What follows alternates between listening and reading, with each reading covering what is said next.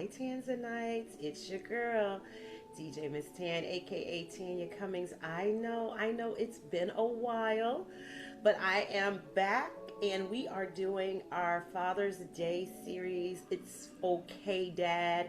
It is for, that's what I should have put in my background. Dang it. But, anyways, today I am so excited about my guest. He is a dad. I'm going to let him toot his own horn, but I want to say we're going to talk about some serious things and we're going to have some fun things. This episode is for my dad. So before I get too much into it, I'm going to let my guest introduce himself. Welcome. Tell us your name and just a little bit about you. Look at that smile. Doot, doot. That's me tooting my own horn. I look like my eyes look swollen, like I've been crying. How you doing, baby? I am. Ugh, you know what weekend it is. So first, Yes. before we get into that, we're gonna tell us who you are. Can you ever follow instructions? I was about to. You just cut me off. But you Like asked real me how I smooth. was doing. Yeah, I was You just know asking we you how gonna get you. off track real fast. Yes, Tell us Lord. who you are. Okay. So I am Andre Peeko Train. I ain't gonna tell y'all my real name because y'all might think I'm insane. Anyway, I am retired military, did 22 years in the United States Army. You know what I'm saying? Killer type guy. Y'all see that killer look right here? Is that a killer look? No, the killer look is this. Yes, but anyway, I moved to Jacksonville, Florida, 2017. Started my company called Carter Boys Entertainment, where we, do talent and film, do movies and stuff like that. I also have a nonprofit organization called Rebuilding Unity Through Healing Hearts. RUTH is the acronym. My mother's middle name and my grandmother's last name, and we teach, train, and mentor kids in a way that a way that a way that a way. So that's what I do. I'm an actor. I am a advocate of mental health. I love talking about mental health because I suffer with it myself. And I am a father. I am a brother. I am somebody's son, I think. Yeah, I am somebody's son, but that's who I am, all in a nutshell. And before we begin this thing, you better give me that energy, Tanya, that you always come with, big. listen, listen. Speaking of nutshell, he is definitely a nut. What's happening is let me remove some of this back. Can you hear the music? I can. Okay, good. I just It's want to very make pleasing. sure that we could hear a little, in case we have a little, because we have to remember we're on audio and video. So for YouTube, we're going to be on video, but for the radio, we're going to be audio only. So, but my camera keeps getting blurry. It's driving me crazy. Zoom had an update and it is doing just what it wants to do. So, Yeah, because it's blurring you. You're so blurred. yeah, let me Your see what's visual is happening blurred, here. darling. I see. It's doing something on its own here. Jeez. Anyways, we're gonna I keep think you got talking. on, you probably got it on automatic because I know when I did hit the little video thing, it had some kind of little blur thing that it blurs your, Mm, it adds, what it say, well, we're blur gonna my keep background. Turn it on. talking for my audio people while we're getting the video together. Are you good So now? no, but it's gonna do it again. It keeps doing it for whatever reason. Oh, Whenever I move, it's like trying to adjust. oh, Something okay. is adjusting. So, because I don't do any editing and this is raw footage, we're going to keep talking while I try to figure out the video portion if that's okay with you. That is okay. All right. So, our series is about dads, and I'm having an event. This young man, or old man, I don't know, it's going to be part of my roundtable, but I'm interviewing my dads prior to just to upload and give homage to our dads and just to talk about some things that our dads can offer other dads throughout this season. All right. So first of all, what are you looking at right now? You looking at trying to figure out something because you are. Yeah, no, I'm looking at you. Can you turn the music down just a little Oh, it smash? is loud. Okay, good. That's good to know. All right. So we're gonna do freestyle because I know you want me to have energy, but This is a very important thing to my heart. Since I started this series, I found out you dads have to go through a lot. We do. A lot that A, you're not able to say because then you'll be accused of being soft or sassy. B, you just don't want to say because you feel like no one cares, Hmm. right? Yeah. So we're going to start with my question of this day because it could change tomorrow. As a dad, what would you change that people think, but it's really not the truth? Meaning something that people think about dads. What would you tell us? One thing that's really not the truth that you guys have to experience. That a lot of us are not no good fathers. You know what I'm saying? And what I mean by that is, you know how we get that oh Stigma. Lord, yeah, that stigma that, you know what I'm saying, black men are deadbeat dads, like all over the world. You know what I'm saying, that that's tatted on our, our good name of being fathers. And you gotta imagine, like I always say this, man, and I'm actually doing a play about it, how fatherhood, back during slavery, I always jump back there because we do have post-traumatic slave disorder. And a Mm, lot of the stuff that happened to black men and black women back during slavery, you still see it to this day. I mean, you're a father to your child, you're raising your child, and then boom, your child gets sold uh, to another slave owner, and now he's being raised by another man or whatever. Whoop de whoop. Now we look at it, if you look at the reversal of it now, and that's in this generation, a lot of fathers are dealing with some mothers that don't allow them to be in that child's life. And no matter how hard they try, because I have friends like that. I mean, they are great dads to their children, and the parents are keeping them away from them. You know what I'm saying? Because of how they feel about the dad. And it's not about you and his relationship. You guys are no longer together. It's about the child. And they make it about themselves instead of the kid. And it's sad, you know what I'm saying? I dealt with it personally, and a lot of my other, especially military brothers, they've dealt with it too. As long as they can get child support from us, they good to go. You know what I'm saying? They don't worry about the relationship that that father wants to build with that child. So if I could change anything, I would take that off our name that we are deadbeat fathers, because now it's like we're expected to live up to that word that's tatted on our good nature. that is a very good answer. Since I've started the It's Okay Dad series and just reaching out to fathers for the free event that I'm doing on June 20th, I've heard many stories like this.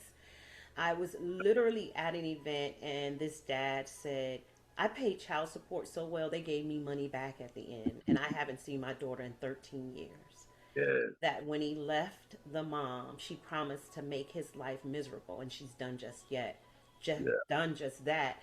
And tall, 6 foot something, I know, a tear slid down his cheek. Mm. He was hurt, you know.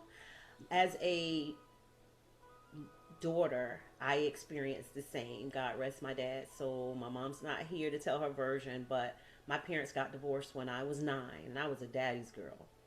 My dad was a truck driver, and he was in and out. And I just couldn't understand that. And when Yeah, I got to college, he found me and he came. He was so excited to see me, and I cussed him out like a man on the street, like a bum on the street. And I was like, yeah, you yeah, didn't come back for me. I didn't have the stuff I needed for senior year, whatever, whatever. And he just, my dad was never argumentative. He was always like, so I called my aunt, who's my mom's sister, to say, can you believe that N word showed up? And she's like, hold up, hold up, hold up. He's telling the truth. yeah, He tried to come back and forth throughout the years. When your mom got remarried, she told him not to, and he just honored her wishes. yeah. Now, this is not a day of, let me just text my daddy right quick. This is in the early 90s when I first went off to college. So he literally waited till I left home at 17 to come and find me. And Hmm. so I had to now find him. You know what I'm saying? I'm calling every source like, I am so sorry. So it happens. It truly happens. I've experienced it as a child, and now talking to these different dads, I've experienced it as well. Yeah. I look at I look at fatherhood as that no matter how old, I feel like we will always we have relationships with our children, our sons, but a mother has a more deeper bond because, I think I've mentioned this before that how I look at when the child is being carried in the womb, what I'm saying, by the mother, they have a more spiritual, emotional, physical, what I'm saying, just a full connection because while that child is in the womb as a fetus, that child is being born, being fed by the mother. That child is being, it can't survive without mom. Everything within in this mother is wrapped inside of this child, inside your womb. It's a part of you. That child is a part of you. So now when that child is born and you push that baby up out of you, the first person that child see after the doctor done smacked them on the ass and cleared their mouth, they see mama. You know what I'm saying? They open their eyes and boom, mom is right there. The first time that child eat, if she breastfeeds him, he's gonna suck it from your fucking titties. You know what I'm saying? So excuse my language, but This he's is a gonna get family show, excuse my language. and I I'm don't sorry. edit going forward. Uh, Keep that in we can, mind. yes, ma'am. We can edit it together. He's gonna, he or she is gonna, get milk from your breast, and then when the dad grabs that joker, if he's there, he gonna look at him and he gonna start crying because he's confused now. Who is this? You know what I'm saying? I gotta adjust my eyes to this ugly man. So only thing we have the connection we give you our blood to and our sperm and our genes is connected to that child, but everything else y'all have. So then when if the father's not there, the mother is left to raise this child. And so I think y'all have a more connection and we still trying to, what I'm saying, build this type of bond that y'all have with that child. That's why we always, a son is always the mother's, my mother's child. I'm a mama's boy because, what I'm saying, the mother's the nurturer. She's there. The father's the disciplinary. You know what I'm saying? Our job is to discipline them little jokers. And, we can't be that, like you said, it's not being soft. It's just that we have to prepare them for the world. We have to prepare them to be men, not women. You know what I'm saying? And a lot of women do great jobs at raising these boys. I've seen a lot of great young men come from these women that have raised them to be grown ass men. I'm proud of a lot of them, but we supposed to step in that place and take them and treat them as men if we know how to be a man. Some of us don't know how because we never learned or we never had fathers to teach us that. So we learn what we learn and we instill it in our kids. And it may be right, it may be wrong, but some of us got a hood background and the kids see that hood in you and you still in the hood doing hood stuff and you smoking weed with your sons and you know what I'm saying? I mean, like at a young age, you having them cuss around you and just stuff that you've seen, but we ain't blaming that. That's just how you came up. And if you don't grow, then your child ain't gonna grow. That's how I look at it. I think that's a very good way to look at it. And that's very, very interesting that you say that's how I look at it, right? Yeah. So you're saying that some of these guys aren't taught to be a certain way. Do you also believe that life events, and let's talk about yours. You initially stated when you were doing your bio, I am one who has suffered from mental health. How has Mhm. that affected your parenting as a dad? So my upbringing, what I'm saying, I'm grateful to have had a village. You know what I'm saying? I'm grateful to have had a village of great men that raised me. My mother was the strongest woman that I've ever known. My mother was a beast. You know what I'm saying? I felt like there was nothing this woman could. She was my superhero. She's never Clark Kent. She was always Superwoman to me. Mm, So she I had an uncle, that was married to my auntie, who was my mother's sister. And they was married. They've been together as long as I was born. But he was a Marine. He was crazy. He used to beat us bad. Like he used to make us do push-ups butt ass naked on the ground. It's like 14 of us. lined up on the carpet doing push-ups. And if anybody got out of didn't do the push-ups right, he would come across and beat you with this belt or a switch or a stick or whatever the fuck. And he used to tear our ass up, man. And oh man, I keep forgetting. But he used to tear us up, man. And I used to get it the worst. And he would just, one time, Joker, he really, really like put his hands on me bad. I was like 13, and this dude really beat me up. But when I got older and started really getting into mental health, I kind of learned why he was the way he was because I learned his background and how he was raised. He Mm, was a stepchild, and his mother passed, so he was raised by his father and his stepmother, and he had other siblings, but they were treated way better than he was. Oh, hold on, Do 20 push-ups. Alexa, stop. mm. She reminds me to do my Wow. yeah. She reminds me to do my push-ups every morning. Thank you, baby. I need something like that. I know, I right? think. Yeah, she keep me on track. That's my woman. Wow. You know what I'm saying? Thank you, baby. That's my woman. That's my wife. Tell me I I be need to looking eat at and the thing. stuff. This, okay, we're gonna talk about that a little bit later because people Yes, are really getting in, falling in love with these devices. But go ahead with your story. yeah. So I had to find out his background and he was treated so badly. He was beaten and by his stepmother and no one ever came to his rescue. You know what I'm saying? No one ever came to so mentally as a child, you know what I'm saying? If you never came to my rescue and I was being abused, most of the time they think that is normal because no Mm, one ever, the grown-ups, no one ever protected me. Who protected me? So mm, now this is all he knows. So this is how he raised his kids the same way that he was raised. mm, And everybody knows right from wrong. mm, But if you're never taught that that was wrong, but you mhm, knew it was, mhm, why did mhm, it keep happening? You know what I'm saying? mm, So I developed that, you know what I'm saying? And I treated my kid, I never beat my kids, but I whooped them. And I was a very disciplined man to them. Then I went to the military. That made it even mm, worse. So, if I would look at my children, they knew what that meant. If I raised my voice, they knew what that meant. If they stepped out of line, they knew they was gonna get their butts whooped. You know mhm, what I'm saying? And I was hard because mhm, that's all I knew as a father. That was my example of what a dad, even though I had other examples and mhm, I added that to it, but I think they were taught to make their kids fear them because if they feared them, then they would do anything they tell them. So they raised us with fear. Oh, you know how your mama always say, I'm gonna tell your daddy. mhm, I'm gonna tell your daddy because you knew what was gonna come. If daddy come home, he gonna tear that butt up. mhm.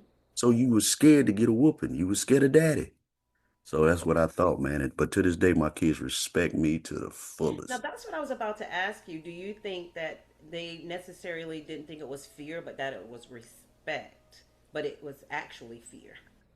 I It was. I think they did. I didn't know Mm, until I started learning. We don't have a blue book on how to be parents, so we learn from what we see. Everything is self-taught, or you know what I'm saying, what you learn uh from being raised. You know what I'm saying.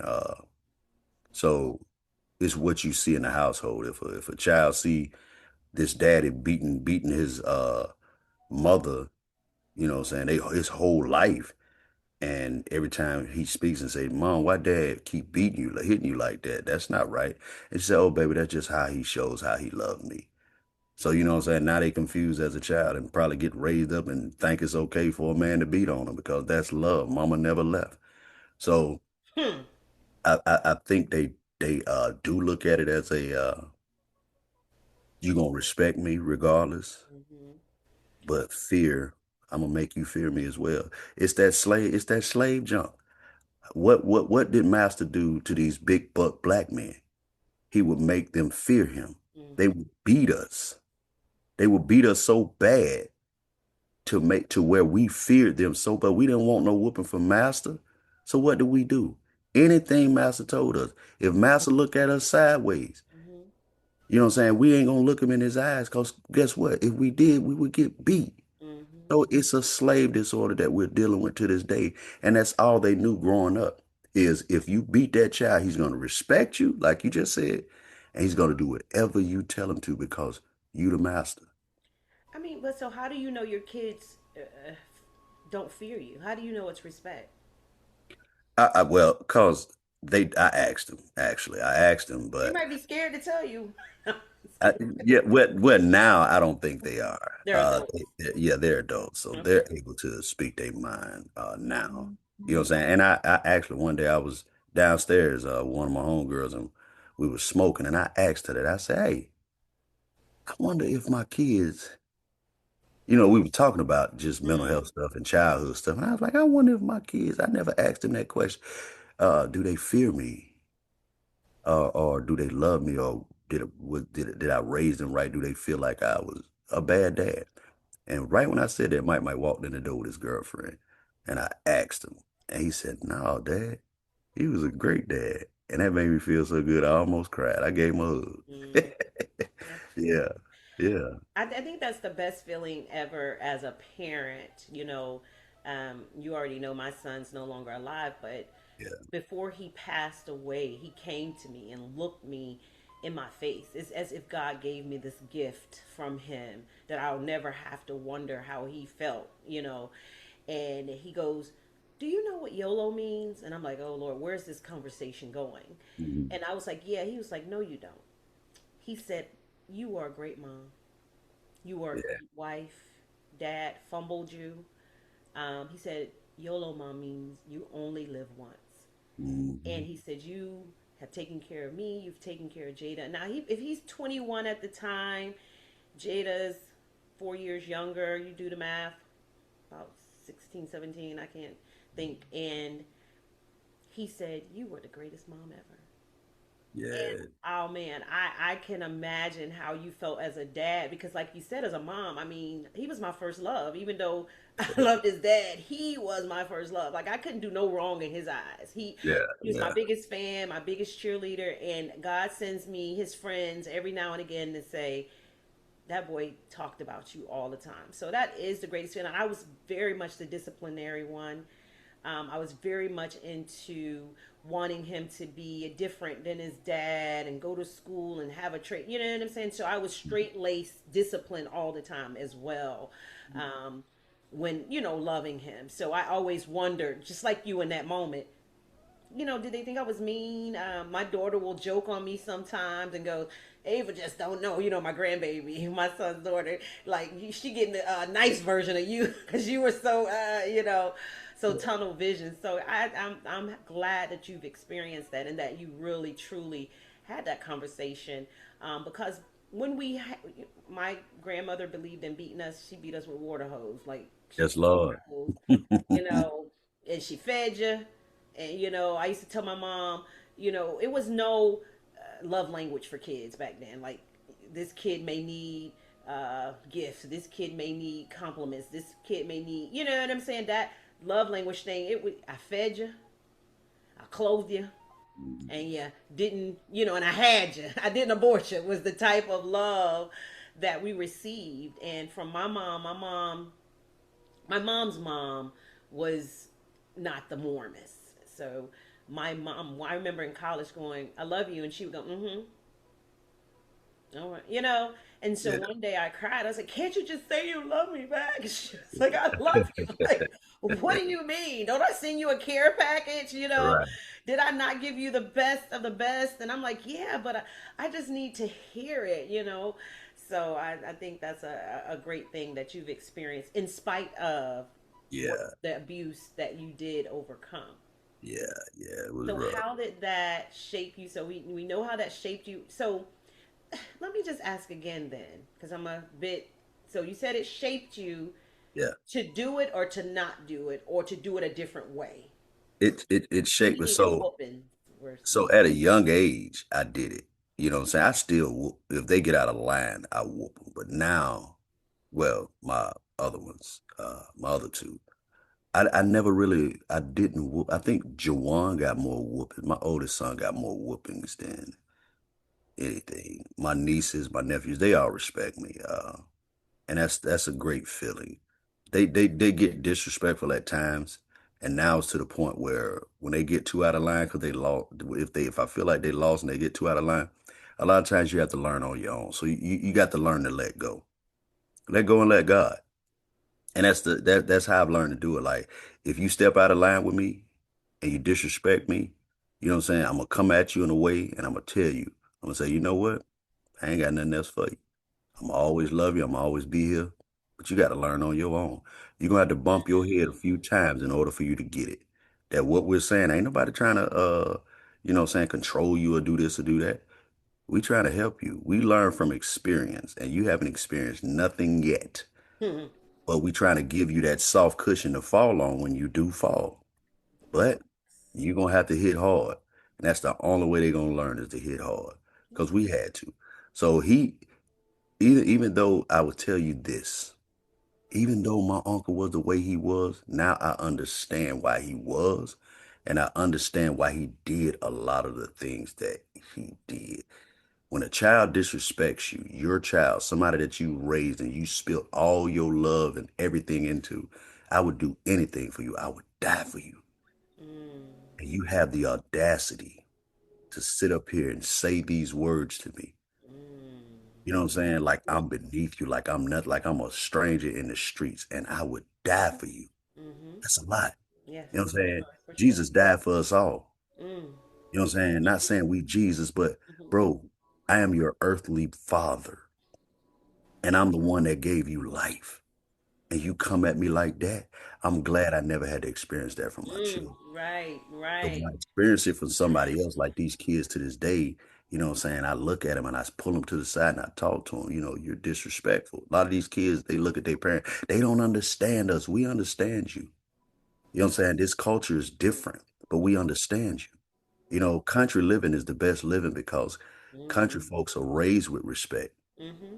They ain't stuck like these city kids that see all this stuff and see all this here and they want to be like this person and they feel like they can walk in and say this and say that to their parent. That's your parent. Your friends ain't gonna be there forever, but your parents are. You know what I'm saying? So he molded me in a way to make me, he was teaching me how to understand. He was preparing us for this world because Mm. he knew how hard it was gonna be. And he didn't want to see no, we was raised tough. You know what I'm saying? They would put like if me and my brother and them got into it with each other, Mm-hmm. my uncles, they would make us put boxing gloves on. Mm. And they would make us go out and box each other until we was tired. Mm-hmm. And if you was tired, keep going. Keep going. You're not gonna fight your brother anymore. So if says y'all want to fight, y'all gonna fight till you exhausted. And we couldn't even hit each other to the point where we was hugging each other. Mm. You know what I'm saying? Because Right, we were just right. so tired. Yeah. So we didn't want to do it no more. So I'm curious. I mean, now that you're 65, you have that You wisdom, can go somewhere with that one. right? No, but seriously, you're speaking in wisdom, right? Yeah. When did you come into saying this was good for me? Or, like as a child, as a young man, did you always feel like this was a good thing or were you resentful? I was And then, resentful. mm-hmm, I loved him, mm-hmm, but I was afraid of him. You know mm-hmm, what I'm saying? I wasn't afraid to the point where I stood up to him at one time.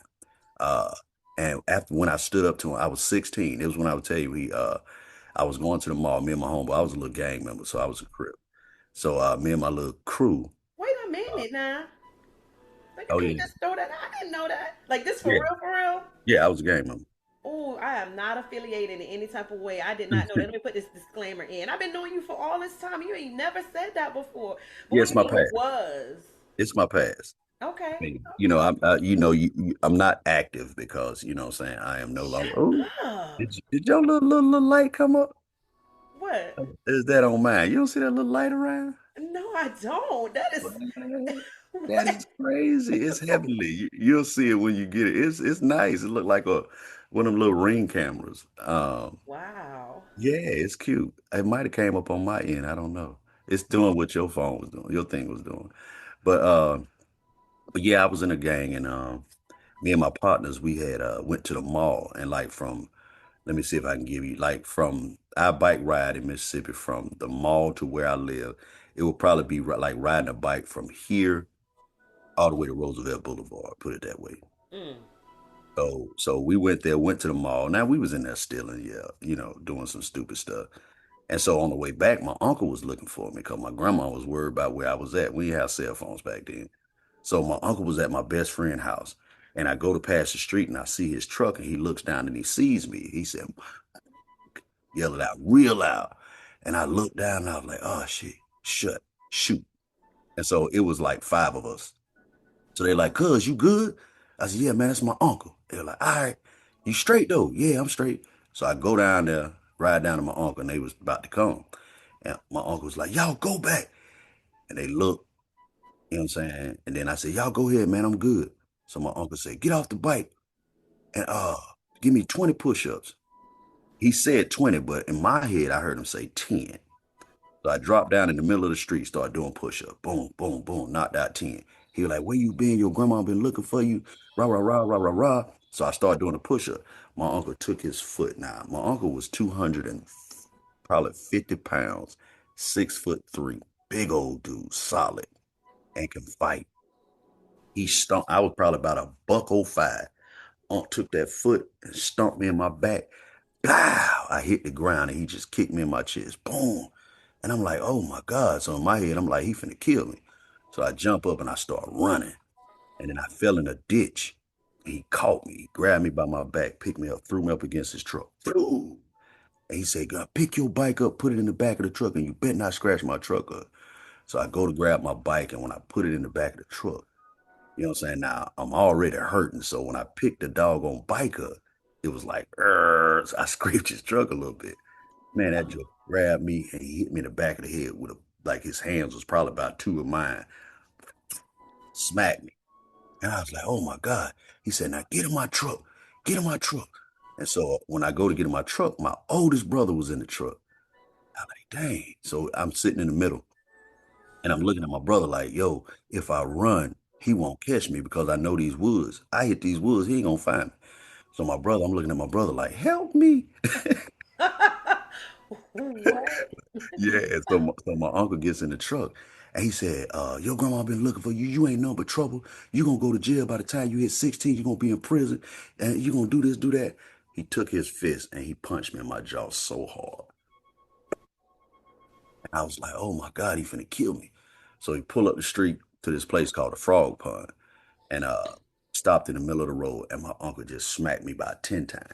Pow, pow, just smacking the fire at me. And I'm looking at my brother like, bro, help me, man. You know what I'm saying? Like, what are we Right. doing? Like, dude about to kill me. And my brother was over there scared. He wasn't finna do nothing. So this before my brother was like really into that stuff, like really got hood out. This my brother was a book reader, a book nerd.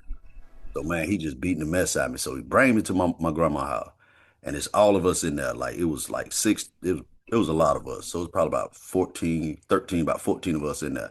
My sister and my little cousin. Both of them was the females. And so my grandma standing there and my uncle comes in there and she like, baby, where you been? You done hurt my heart. I didn't know where you was at. And I was like, grandma. And then my uncle was like, pull your clothes down. I'm gonna show you what they gonna do to you if you go to prison. And I'm sitting there looking at him like, what? And so all my brothers, my sisters, you know what I'm saying? They sitting right there. And I'm looking at my grandma like, grandma. And my grandma told me, this thing hurt my heart. My grandma said, do what your uncle told you to do.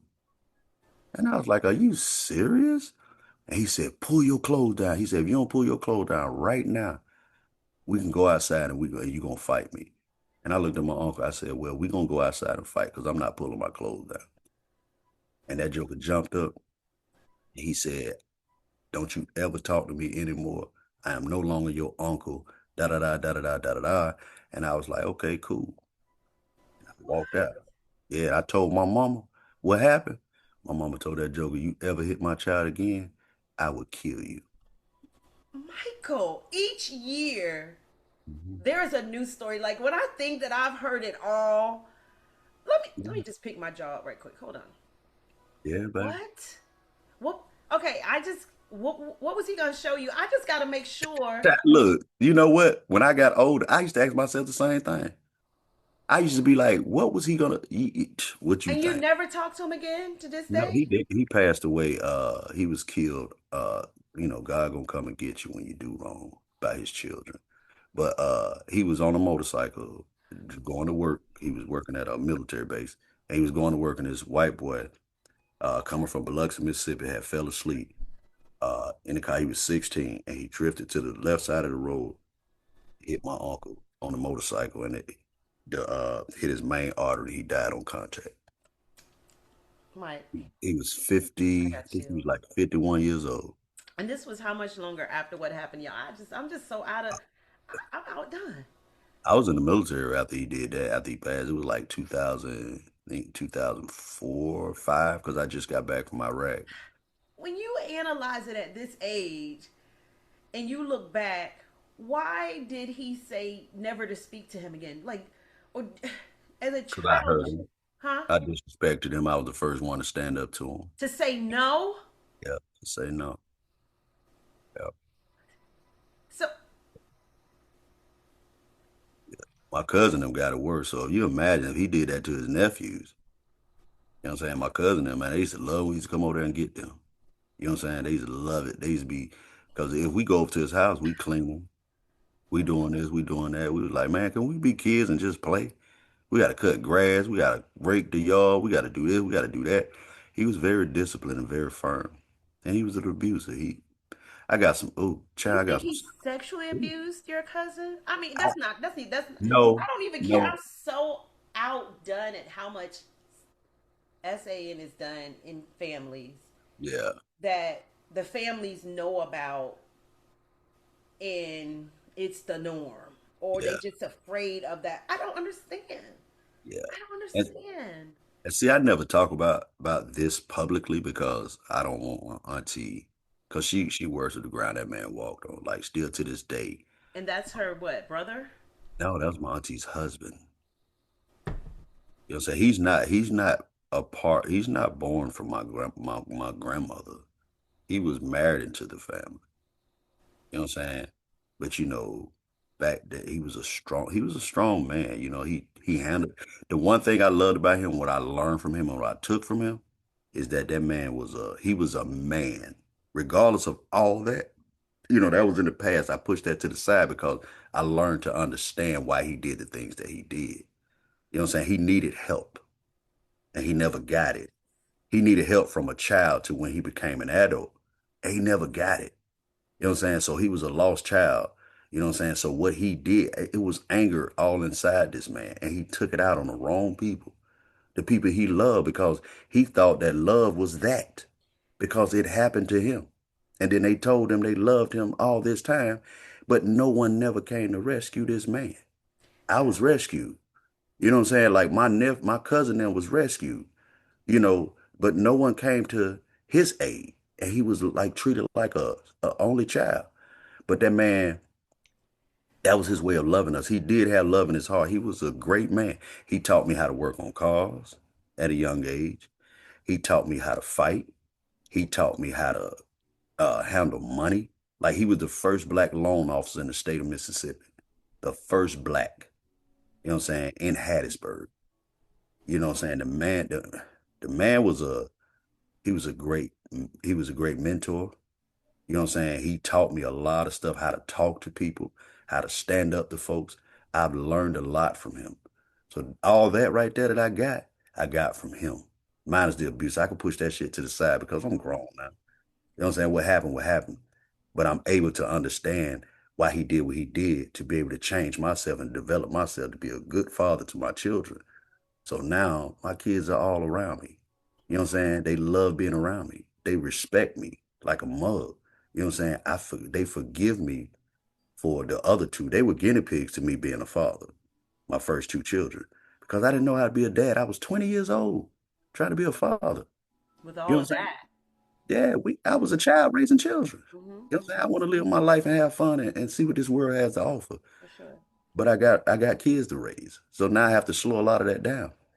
But they saw me in my drunken state. My oldest son saw me in my drunken state. At 13, my son was 12, 13. He was driving me home from Mm. being drunk. You know what I'm saying? Driving me home from being drunk. And just a lot of stuff. They took care of me. They see me in my drunken state. They see my anger. They see me fight. They see my rage. They see me beat up folks that grown folks that said something sideways to them. You know what I'm saying? They see me punch walls and break my hand. They see me throw break glasses up against the wall because I had a lot of anger in me. Mm. I would never put my hands on a woman, but I used to get mad and walk out. I would punch a hole in a wall, tear down doors. Like I was really like a savage, and they saw Mm. all that. Mm. And I had to grow up. So, how do you think you grew up from it and how some dads don't? What did you do differently to see this as a glass half full? Counseling. I had to go get counseling. I had to talk to somebody because we don't see that in ourselves because it's in us. People will tell us something is wrong with you, but we don't believe it. You know what I'm saying? Nigga, ain't nothing wrong with me. I'm okay. No, you're not okay. Like you said, it's okay to be okay. You know what I'm saying? But I was not okay.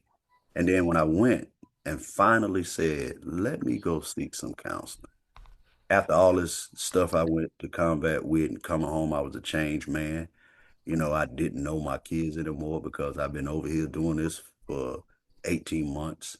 Uh, and I come back and I'm a changed man and my kids are different because they've been away from me for a long time. So now again I have to build this relationship because I'm a new guy. I don't think I've changed, but my ex-wife knew I changed. The people around me knew I changed. I wasn't the same person I was when I left. And so I had to kind of look in the mirror, look at myself in the mirror and be like, bro, something ain't right with you. You know what I'm saying? You're different.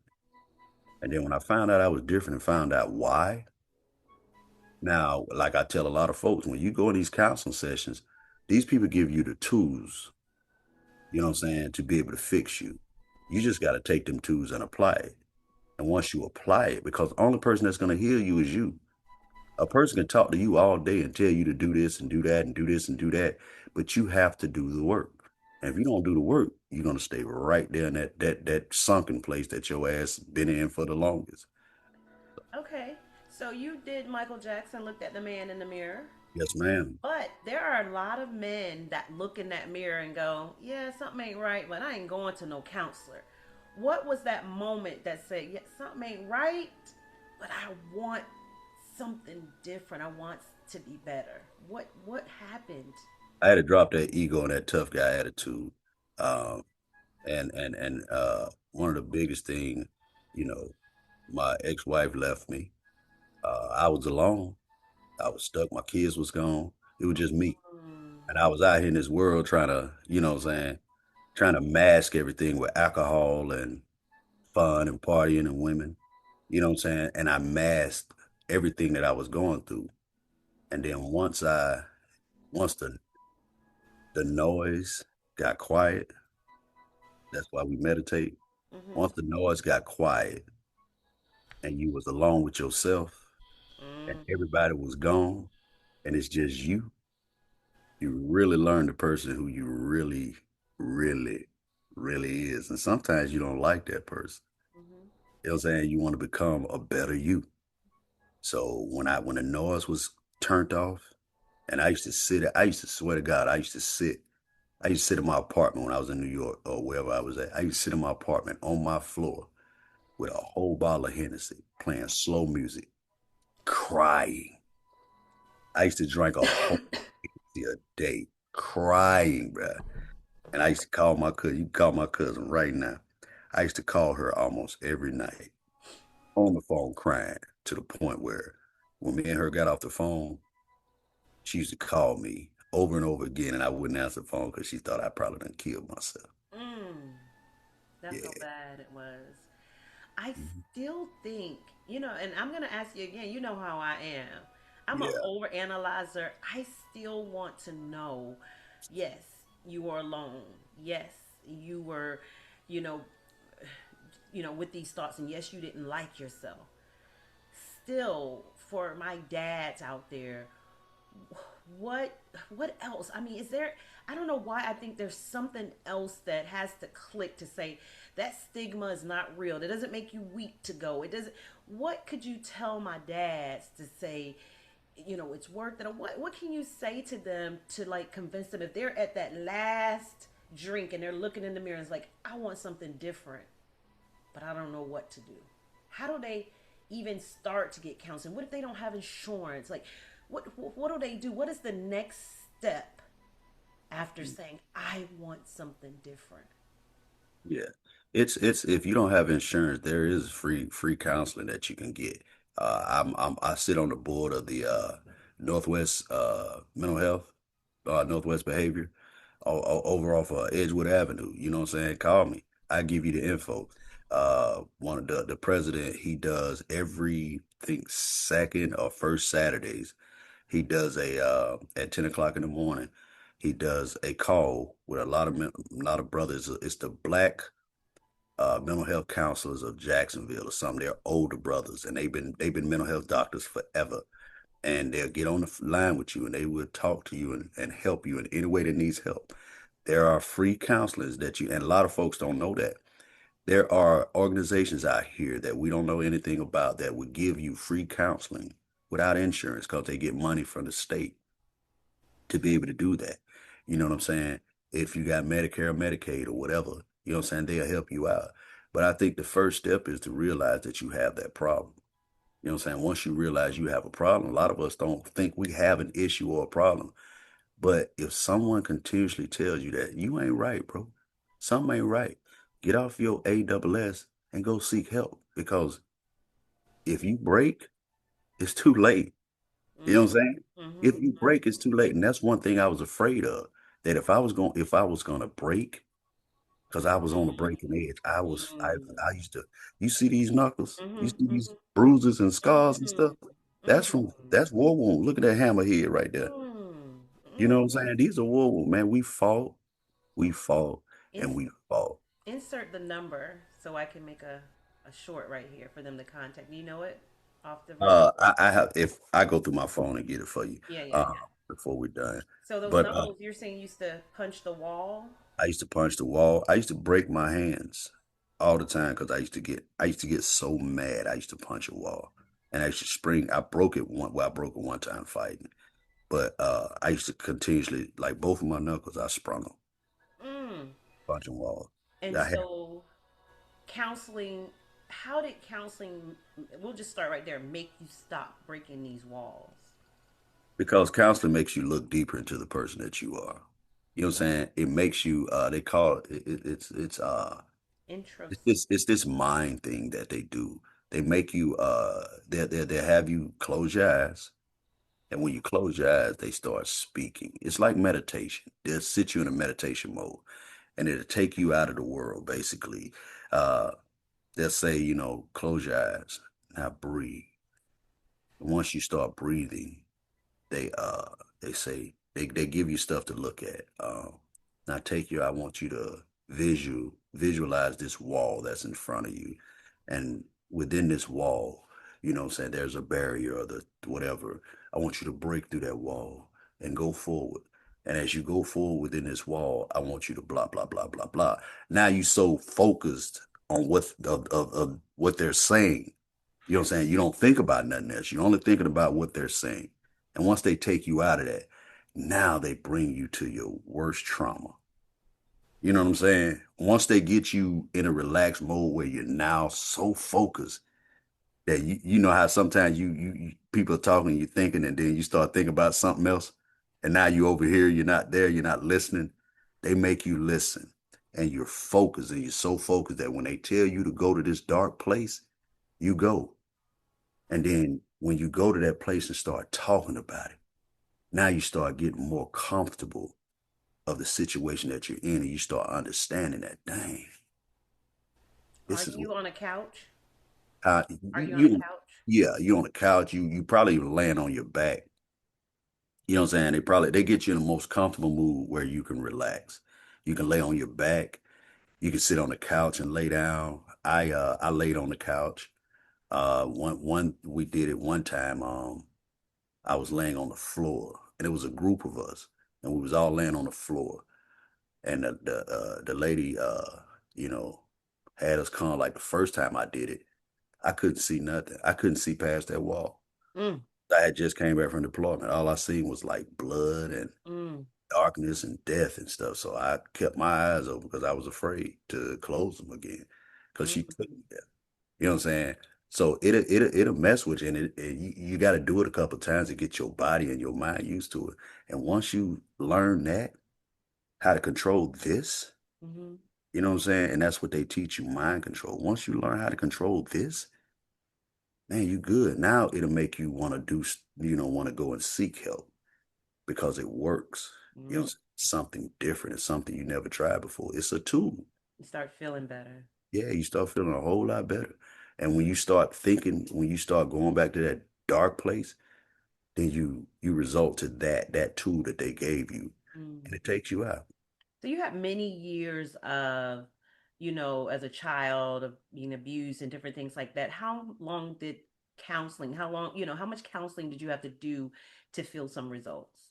I took counseling at the end. Uh, I didn't take it in the beginning because I never thought I had an issue. If you look at, I was raised with discipline. I was raised to be tough my whole life. My uncle was a disciplinary. All my uncles was disciplinaries. We had one uncle that was a pastor, and he was that cushion. He was that uncle that was everybody. He was like Bill Cosby to us. Mm, You'll say Uncle Stanley. He was Bill Cosby to us.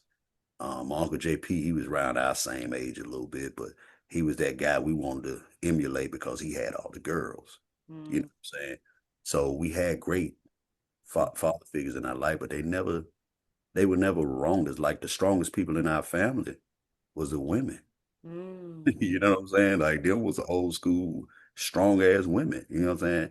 But they protected their men. They did. They were mothers. They were women. They cooked. They cleaned. They worked. They did everything that they were supposed to do as a woman mm-hmm, and as a father. So they was always there. They was always there. They took us to the football game. They took us to the basketball game. They signed us up for the sports and the boys club and all this other stuff. Mama did that.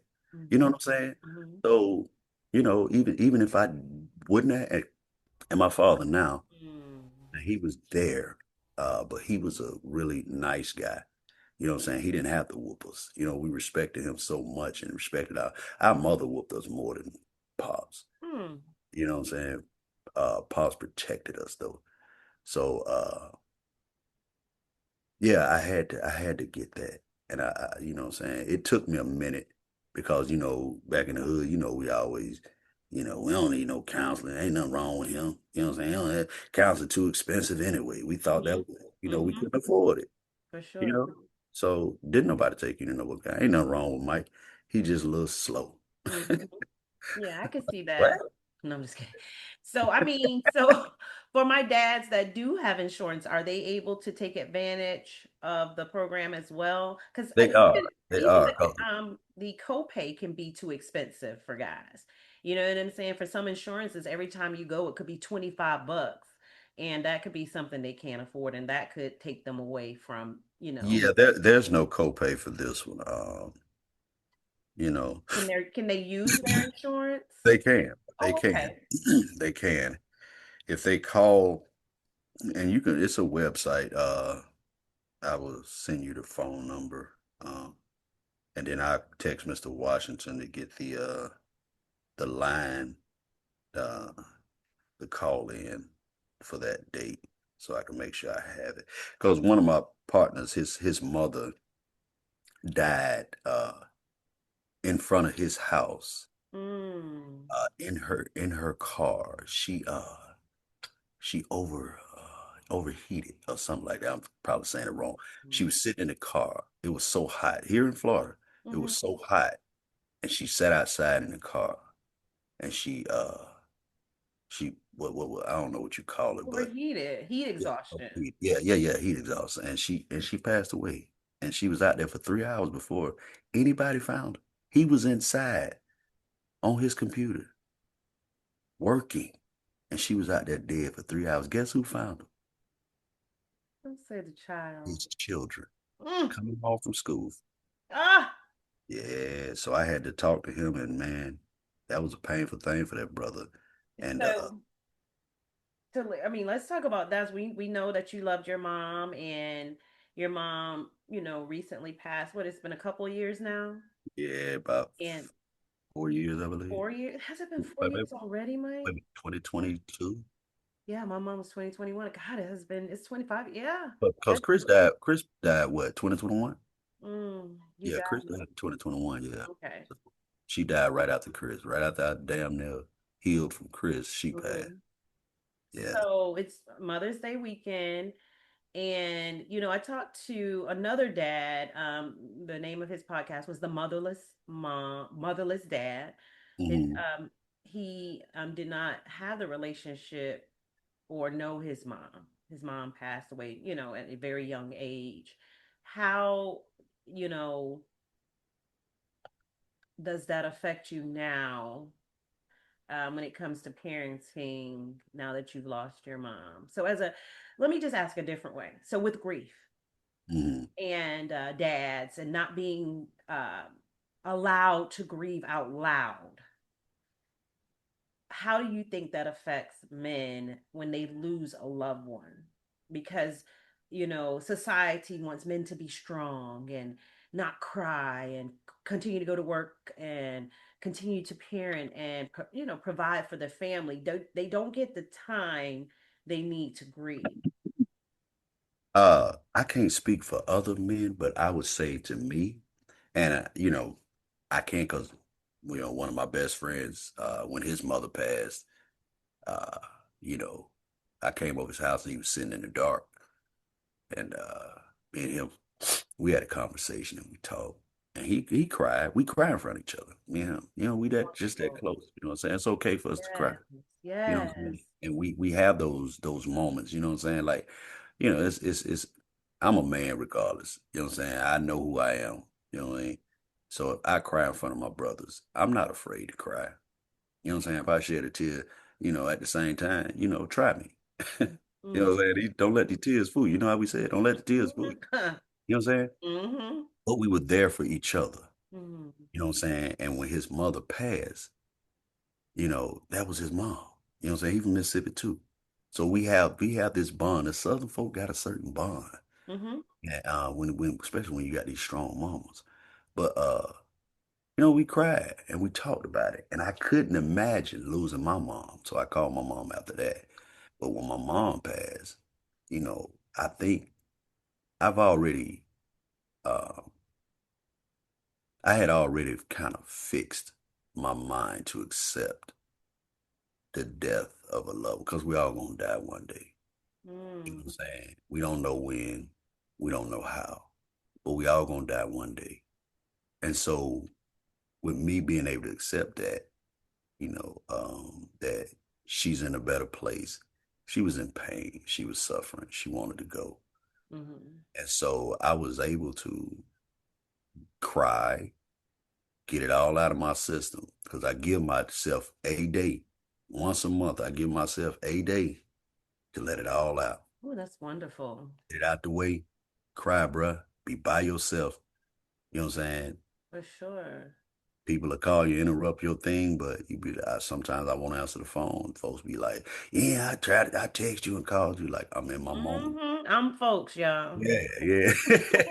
I'm in my moment right now. Let me be there. I hit you up tomorrow. Right Mm-hmm. now, I'm in my moment, so I need that Okay. moment just to release and let. Awesome. Yeah, That so is I so give myself awesome. that.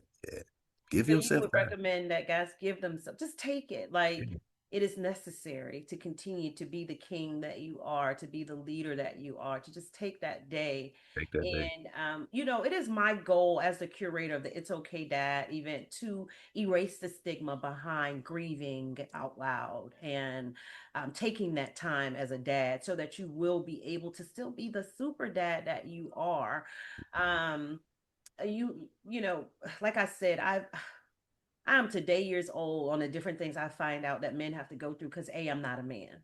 Hmm. And B, I have a certain thought that I've always thought, right? That's how it is, Like, you ask dads things like, why don't you fight for your kids? Or why did you let child support come out? Like, you guys have so many things you don't have even the control over, or you have been taught, or that if you haven't taught, you just don't do it because you have a group of homeboys that says that's not cool. That's simping, So it's so many obstacles that you have to, even go through to just be a human being.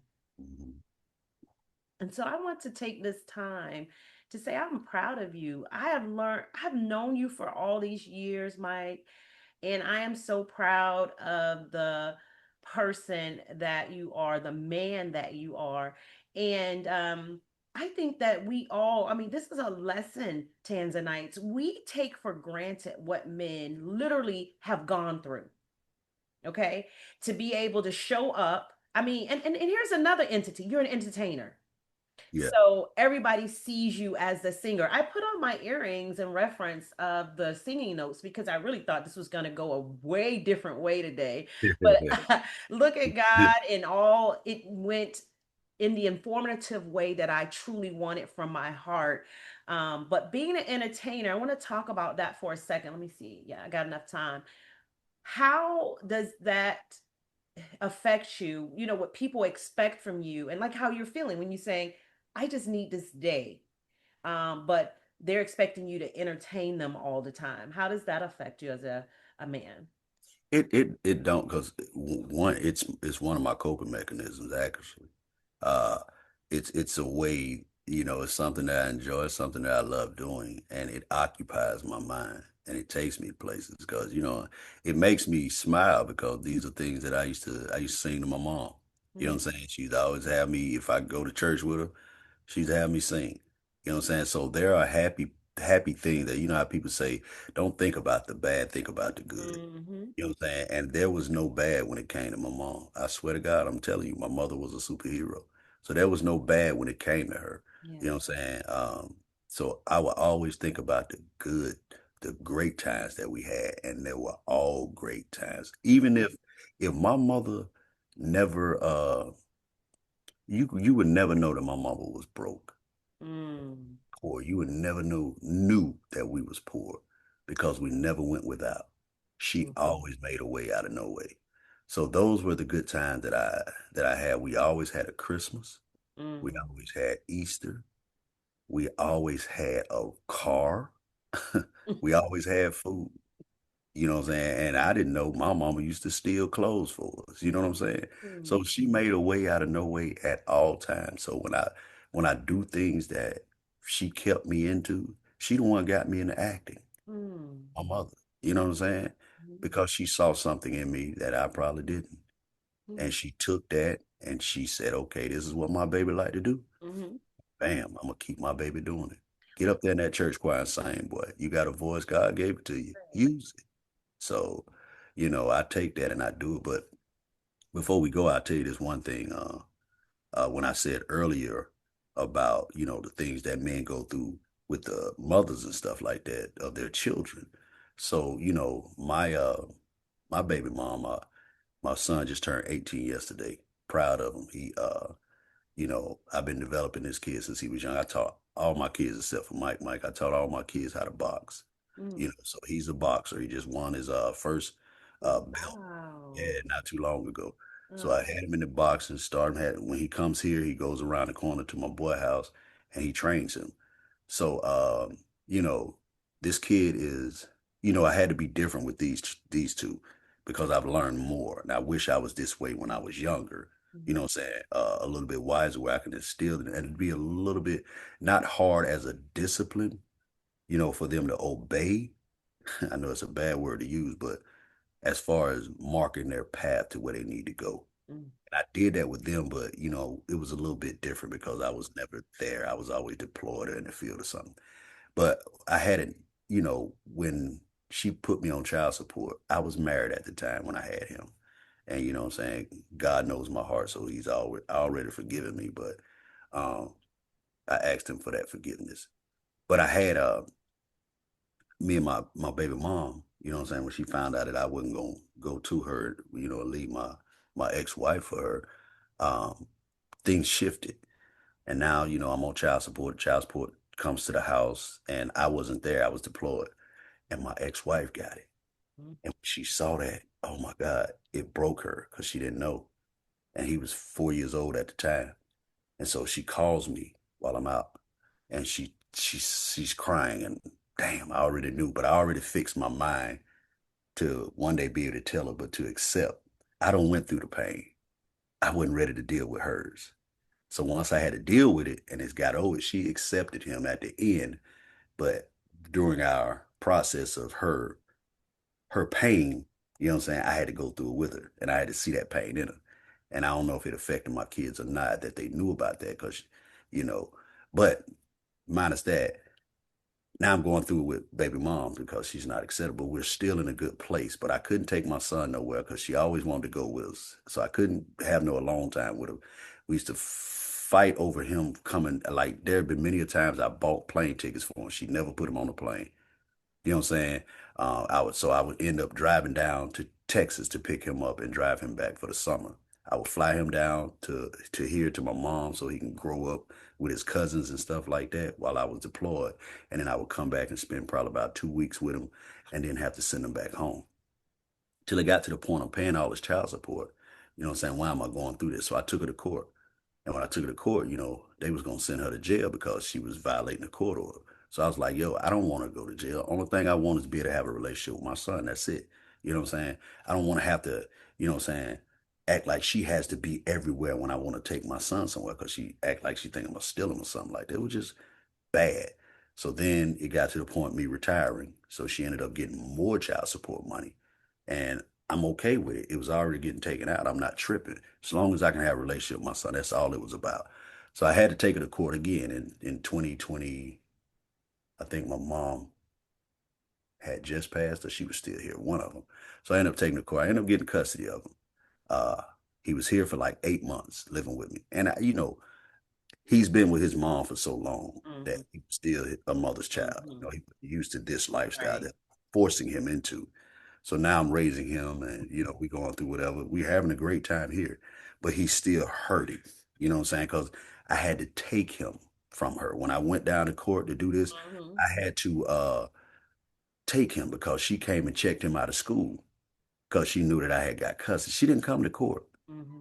She checked him out of school because she knew I had custody. Mm-hmm. She hid him. So I Mm-hmm. had to act like I left Texas and was heading home. And the lawyer told me, you know what I'm saying, get your child. So I came back that morning. I stayed at a hotel that night, got up that next morning, went to his school, checked him out of school, showed him the child support order, the teachers, that I have custody of him. Mm-hmm. I'm withdrawing him from school. They brought him out of class to me. No clothes, no bags, no nothing. And I left. How old was he? He was 15, maybe. Yeah, 15. How did Not he feel at that moment? he understood, but he was a child. And and again, I wasn't thinking about that. It I was was thinking, between, like, it was between you and the baby mama. yes, Really? Yeah. yes, Yeah. yes, yes. So as we're driving, it's quiet Mm. in the car. Now we're Jesus. driving all the way from Texas back to Florida. It's 17 hours of this. Mm. He's over there in the seat quiet.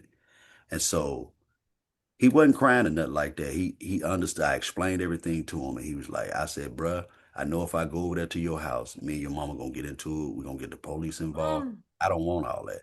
So I said, I get you clothes and I get you all this, you'll be good. So boom, we Jesus. drive. His mother calls him. What? And she's going in on the phone. You can hear her. She crying. She's hollering. And that's what she does. She's wilding out. And he's like, Mom, calm down. No, Mom's not like that. And he started crying. You know what I'm saying? So I snatched the phone. I said, hey, please give him some time. And she wouldn't let me talk. She going in. I hate you. I hate you. I hate you. You took my son. She go, I hate you. I hate you. So his grandmother calls and I can talk to her. She more calm. So I'm talking to grandma. And grandma's like, I understand he needs to be with you. And she said, I get it. Just make sure he's okay. I get her. And I said, thank you. So we get here in Florida and he's doing everything and all this other stuff. He's okay. Around Christmas time, I'm sending him back and forth. She sends him back for the summer. She sends him back Christmas. The last summer, she never sent him back. She kept him. And so I'm going through the courts and all this stuff, and he's supposed to be in school and all this other junk going on. And going through the courts, I'm going back and forth to Texas, wasting money for this judge to tell me at the end that she threatened the judge, told the judge she gonna go to the news and all this other stuff. So I told the judge, I said, you know what? I said, let me go talk to my son. So I go out there and I sat down and I talked to him. And instead of me putting on my dad ears, I put on my listening ears, the ears that need to listen to understand, not the ears that Mhm. just listen and think, That's you the good. dad, what That's you say good. go. You Mm-hmm. know what I'm saying? So I listened to him and I said, tell me how this made you feel, because I never put your thoughts in consideration of how this made you feel. Let's sit down and talk. Because at one time he had got disrespectful when I was calling him. He had got disrespectful, and I had to go in on it because his mother done told him, your dad stole you from me, your dad did this, your dad did that, telling him lies. And so I was like, yo. And so when he was talking, he said, Mom said this. I said, and I cussed this boy out so bad. Don't you Mm. disrespect me a day in your life, boy, I would tell you. You understand me? He was like, yes, sir. Yes, sir. I would never, don't you ever talk to me like that. I don't know who you think you is. Your little balls done dropped and da da da da da. And he was like, yes, sir. I said, now get off this goddamn phone. God dang phone. And I hung the phone up. So you know what I'm saying? So there were times I would call him, I would text him. Me and him we could be on the phone for 3 hours talking. And when he didn't answer the phone and all that stuff, it hurt me. You know what I'm saying? It hurt me. So when I had to sit there and listen to him to tell me, he said, Dad, I love you. You know what I'm saying? But, my mom, I was raised up with her. You know what I'm saying? And I don't want to see her hurt because all the men in her life she has lost. Her father, both of her brothers are in prison. Her stepdad passed away. Like he's the only man in that family, so he feels like he has to take care of his mom. And he said, "I want to come stay with you, but my mom needs me." And I Mm. was like, "My son growing up, he Yes, yes. understands." I gotta plug So up my computer. I am so sorry. Keep talking. yeah, so I had to sit there and I had to realize that we both were being selfish. We never listened to him. It was Mm-hmm. about us. And I knew for her it was a child support, but it was about us. Oh gosh. We Oh, made there it we go. about us. Yeah, we made it about us. And we never thought about how this kid felt. We thought that we was making the right decisions to say this is what's best for him. You know what I'm saying? And he's 15, 16. Now he's in a better place and he's doing great. And now she understands. So when I went down there for his fight about a year ago, well, not even a year, last summer, I went to Texas because he had his first fight. And she, last time I talked to her, she jumped on the phone and she was cussing. You know what I'm saying? Like, here, me and him signed up for his college. You know what I'm saying? He's getting ready to go to school. He got a scholarship and he's going on my military to Texas Southern University to be a lawyer.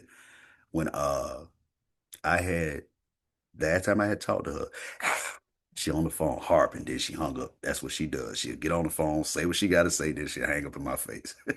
I'm like, what in the world? When I get there, I see her and I was like, hey, and she hugs me. She hugs me. And I was like, wait a minute. I'm clutching my pistol because I'm like, what is she about to do? You know what I'm saying? So she was like, hey, and she acted like everything was okay. She sat there and had I had my little baby with me. She said, oh, this is brother. This is Jamal's brother, introducing him to everybody and stuff like that. And she's really sitting there reminiscing about the back in the day. And I'm sitting there like, wait a minute, Lord, what is going on?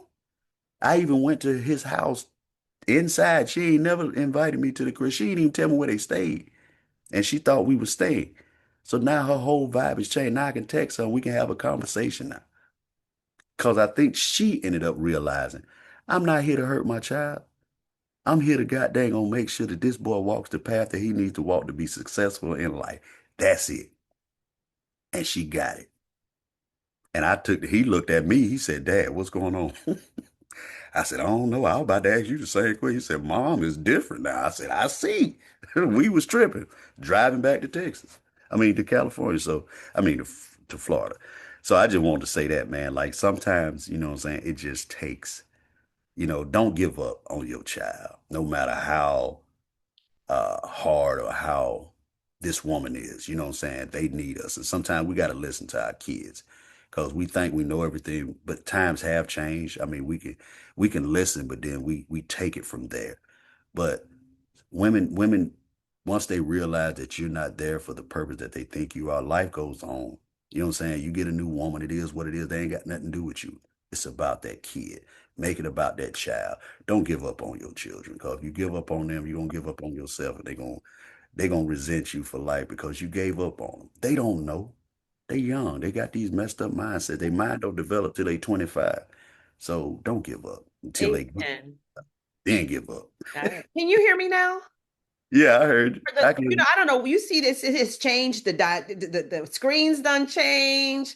The microphone stopped working. You didn't even know. Thank Really? God for your good story. Yes, I'm like, what is going on? I don't even know how we on side by side now, not on top of each other.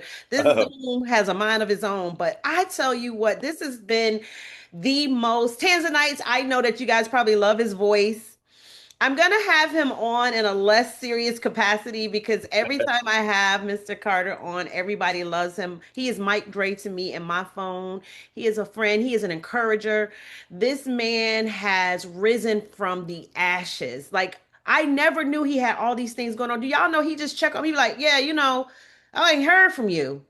I need to check on my friend. You know what I'm saying? He is a man that believes in love. I mean, like of his family, his children, his friendships, the love of art.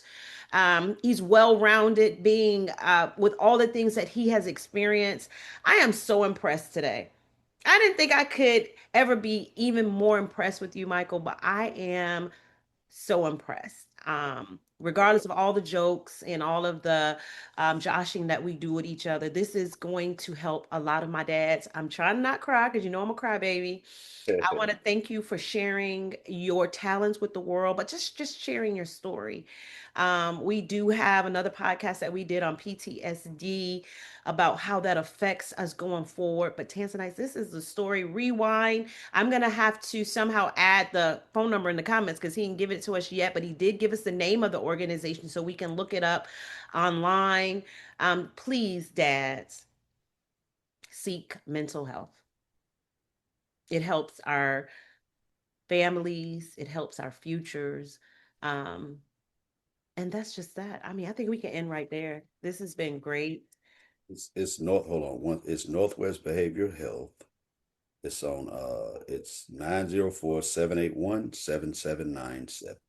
904-781-7797. Tell them Brother Carter sent you. And that is for mental health services, whether you have insurance or not. Once again, I'm signing off. You can find this podcast on my website. The links to it is on iHeart, Apple Music, all the podcast links out there. You can find It's Okay to Live because it is okay to live. I love you, Tanzanites, and I'll see you soon with my next dad.